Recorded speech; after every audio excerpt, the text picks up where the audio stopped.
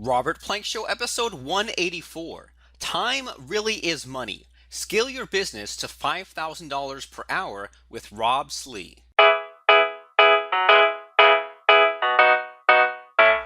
Hey everyone, and welcome back to the Robert Plank Show, where we talk about making money. Our guest is Rob Slee, and he's an author, investment banker, mentor, and business owner. He's going to be talking to us about how to get our time up to $5,000 per hour and beyond. So, Mr. Rob, how are things today?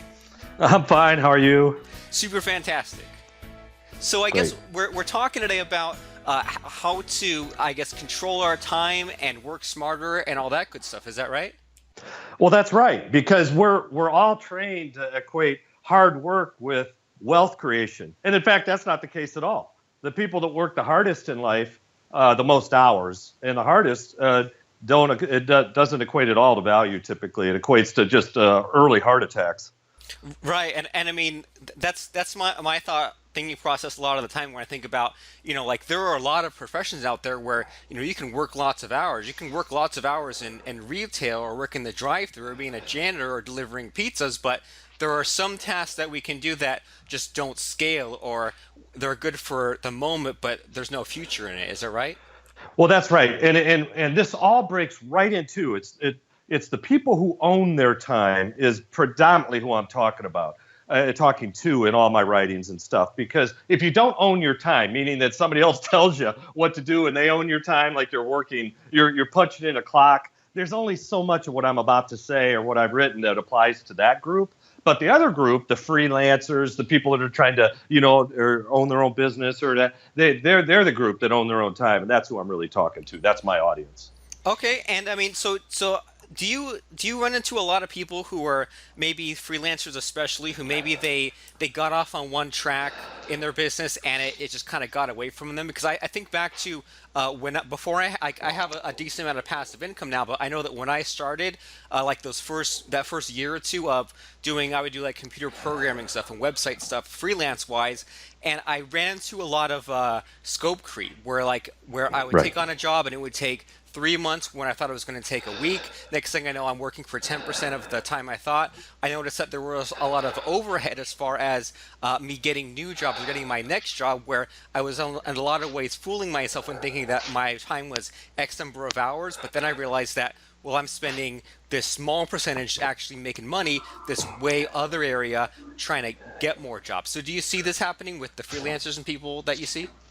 Everyone. We all fall into this trap of not equating time with value created because none of us have been trained to equate that. Meaning that as we go through whatever sort of schooling we have, it doesn't matter, or as we go through any sort of apprenticeship, it doesn't matter. We're given a set of tasks to do without equating, well, wait a minute. Maybe the market would associate this sort of strategic task at $1,000 an hour and this other sort of tactical manual task at $20 an hour. And we're never taught to say, well, why don't we just spend all our time on $1,000 an hour? Those activities. No one ever says that. And in fact, that's the way the real world works. That's how the people who create a lot of value in any situation, it doesn't matter what industry they're in, do it because they just focus on where they can add the most value. That's where they focus their time.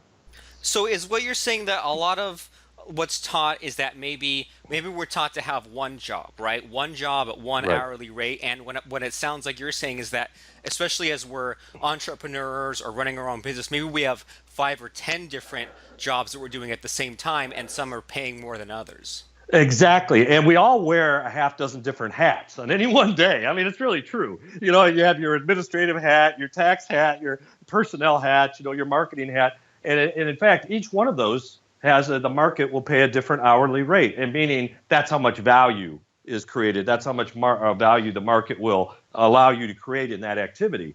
And if you just focus on those high value activities, what will happen is you'll create 10 times more value. I mean, I don't want to oversimplify this, but this is exactly the way it works.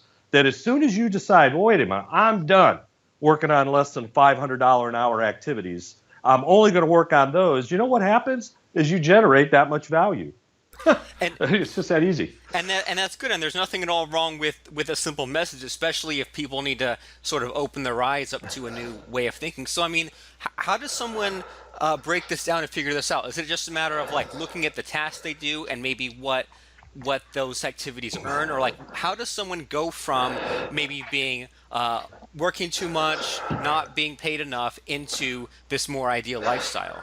Well, it's book selling time, right? I wrote a book about this called "Time Really Is Money," and that's the starting point. I don't care if they buy the book. If they know somebody already owns it, just go read that book, because what I figured out through 6 or 8 years of mentoring business owners and their direct reports was we figured out how to move them up what we call the value ladder. So we would find all of these owners, no matter how big the business, they were at under $100 an hour activities. So they were doing mostly administrative stuff. So we figured it out, and the book shows exactly, no vague references. The book shows exactly how we would change their behavior, and here it is in 10 seconds. We would put a sign up on their wall. It said $500, that's all it said. And on their desk, we'd put the 5 activities they were allowed to work at, and they were all $500 an hour type activities. And that was it. They weren't allowed to do anything but those activities. And over about 3 or 4 months, all of a sudden, the owner got used to working on high value added activities as opposed to what they had been doing for 20 years prior to us meeting them. And then they were ready to take a step, once they got used to it, even higher. We'd move them to $2,500 an hour activities, which are far more strategic, dealing with things like niche selection and culture and allocating resources properly. The book shows the whole hierarchy of how the market values activities. But that's how you do it. You have to just enforce the change in your own life by working on only those things that are high value. And I mean, so as you're working with people and getting them to transition into this more this higher dollar per hour sort of lifestyle or work ethic, I guess. Yes. I mean, why do people even get caught in this trap anyway? Is it a matter of like being too much in control or being our micromanager? I mean, how do we get in this place to begin with?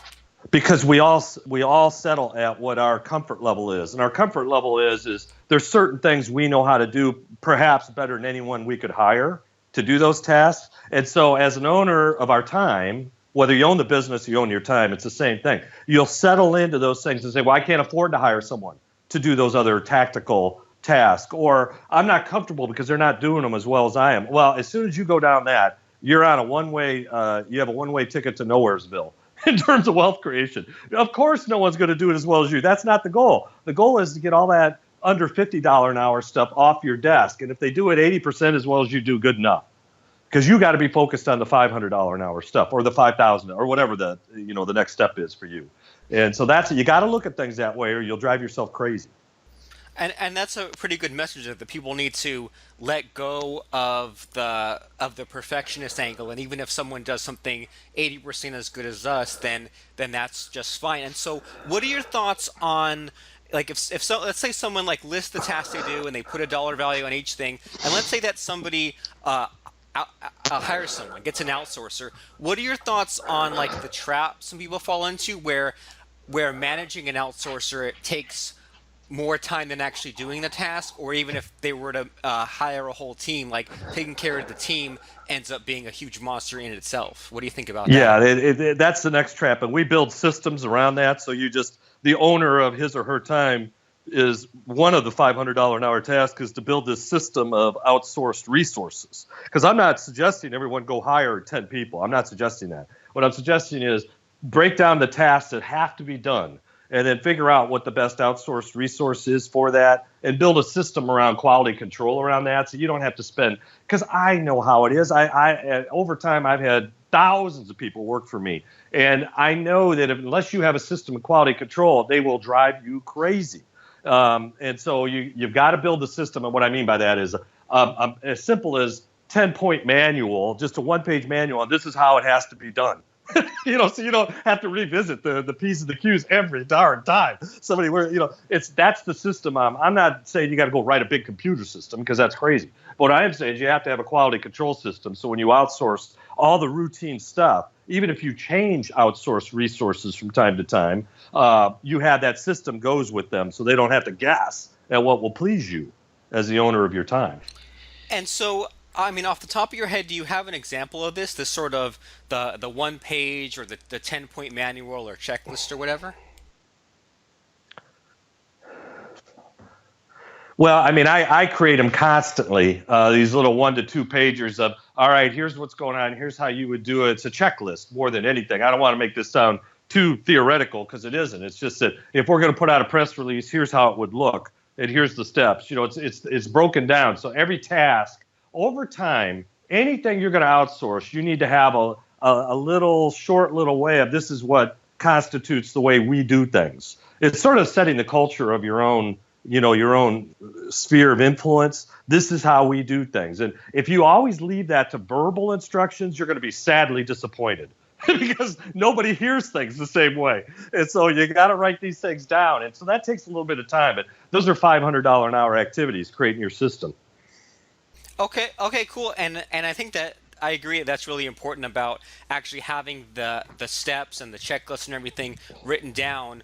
Just because, I mean, even if you explain to someone how to do something verbally, I mean, who's even to say that even the person you told, if they'll remember that a week later? I know that even like with the things that I do, even I'll forget like my own steps of things unless I sometimes have to take a step back and look back at some of those lists that I've created. And so, we're explaining a few different things here. And so, is there like a series of steps someone can take to go from just being completely disorganized into having this 5,000 per hour kind of dream? Like, I mean, because we mentioned like that there's figuring out like your tasks and what your tasks are worth and outsourcing. Like, but is there a series of steps to kind of go from start to finish here?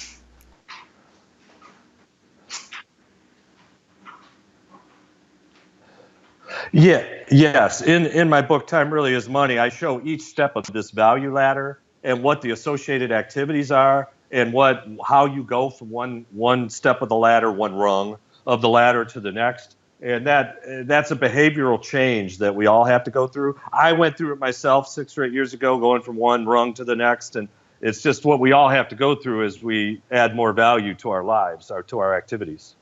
Okay, and I mean, I'm looking at the table of contents of your book, and I see that there's a rung for $50 an hour, 500, 5,000, 50,000, and then 5 million. So, could you kind of explain the rungs to us? I mean, is $50 an hour, is that where someone starts, or is that like the first goal to hit?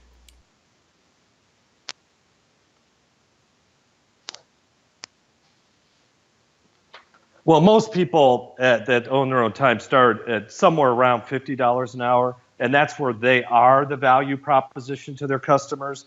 Meaning, like a freelancer is hired because they're very good at a certain thing, and so that's maybe up to $50 an hour. Once you own your own time in more of a business setting, you move up to $500 an hour, and that's where you manage a whole series of value propositions. So you're managing a value proposition for your employees, for your outsourced resources, to your professionals, to your banker maybe. You have to actually create some compelling value propositions for all of your stakeholders. Those are $500 an hour activities.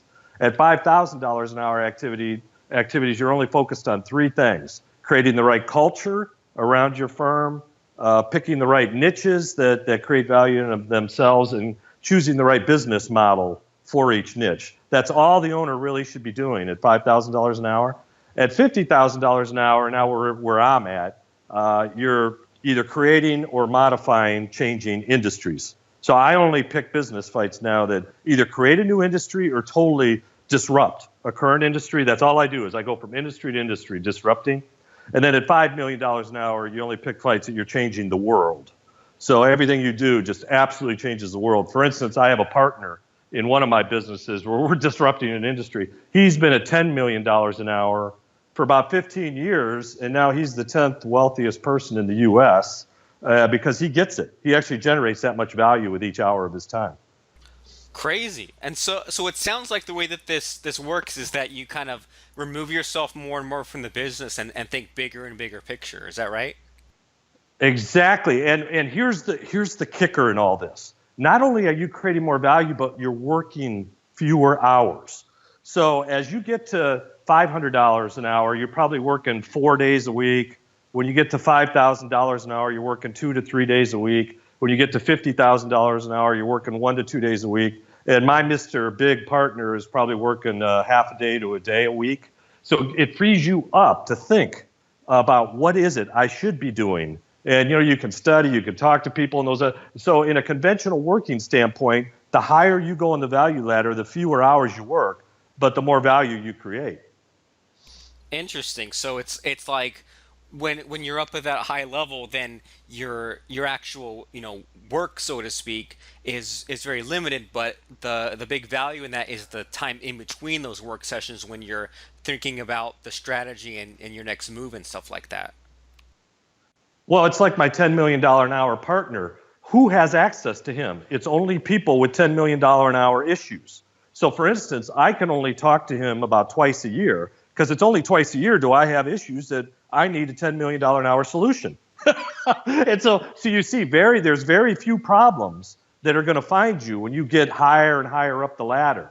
Now, at $500 an hour, you got plenty of problems because you got all these stakeholders. You're sort of like the monkey in the middle, and all these stakeholders are trying to drive you crazy, right? But once you get to $5,000 an hour, you have just a couple days a week of work in a conventional standpoint. It gives you 3 to 4 days a week to think.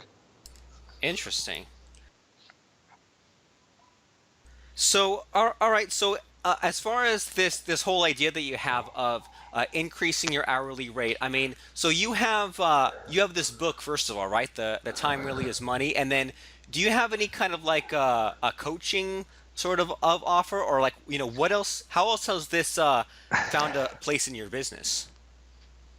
Well, for 6 straight years, we mentored owners and their teams up the value ladders. And then what happened from that is a core group of us figured out, man, this really works, first of all. It really does. It works 100% of the time.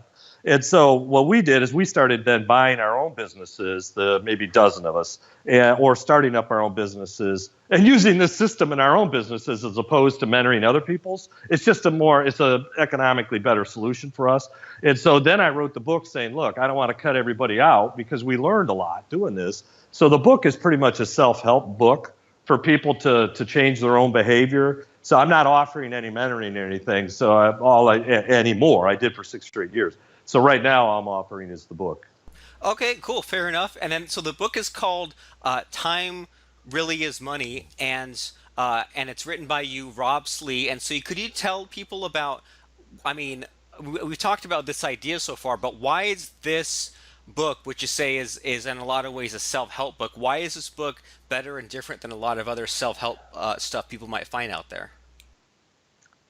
I had never seen any book that really instructed you how to work smarter, meaning it tied the time you spend or invest in yourself or your business, and that ties it to value creation. To this day, I've never seen anything like that. So I had to create all this. So in that sense alone, it will change everyone's behavior. What I think will happen just from this podcast is the people who listen to this say, well, wait a minute, I am spending all my time on less than $50 an hour. I got to figure out at least how to get half of that back. And just that thought alone will create value in their lives. So think what can happen if they actually get structured and actually read something and get structured and learn something. It'll change everyone's life just hearing this. I mean, and I agree. And so when people, so if they go and they find the book "Time Really Is Money," is there like some kind of like quick action someone could take? Like if they get the book and they get a few quick things out of it, is there something that can be done within like the next like day or two? Just as far as like, could they? Yes.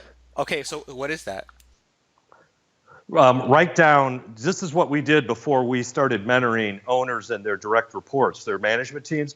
We'd have them for a week. Write down, how are they spending their time? Just write down, payroll issues an hour, paying bills an hour. Just journal how you're spending your time for a week or any period of time. And what you'll see is 80% of that time, and I guarantee this, will be on less than $100 an hour activities. It was that way with all the owners we mentored.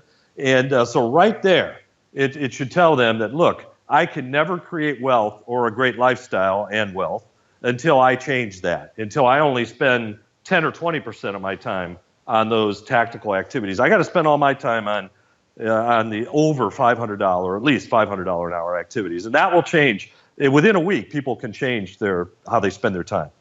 Cool, and that makes a lot of sense just as far as if they just write down the things that they're doing. I mean, the first step is to figure out that there's a problem. So just by people having that Right. journal and listing I mean, it sounds like a lot of the time taken up is all this administration stuff, right? Like customer support and payroll and just all this communicating. And just by them having that list, then then they can easily see what little thing they can swap out just in the next few days, even.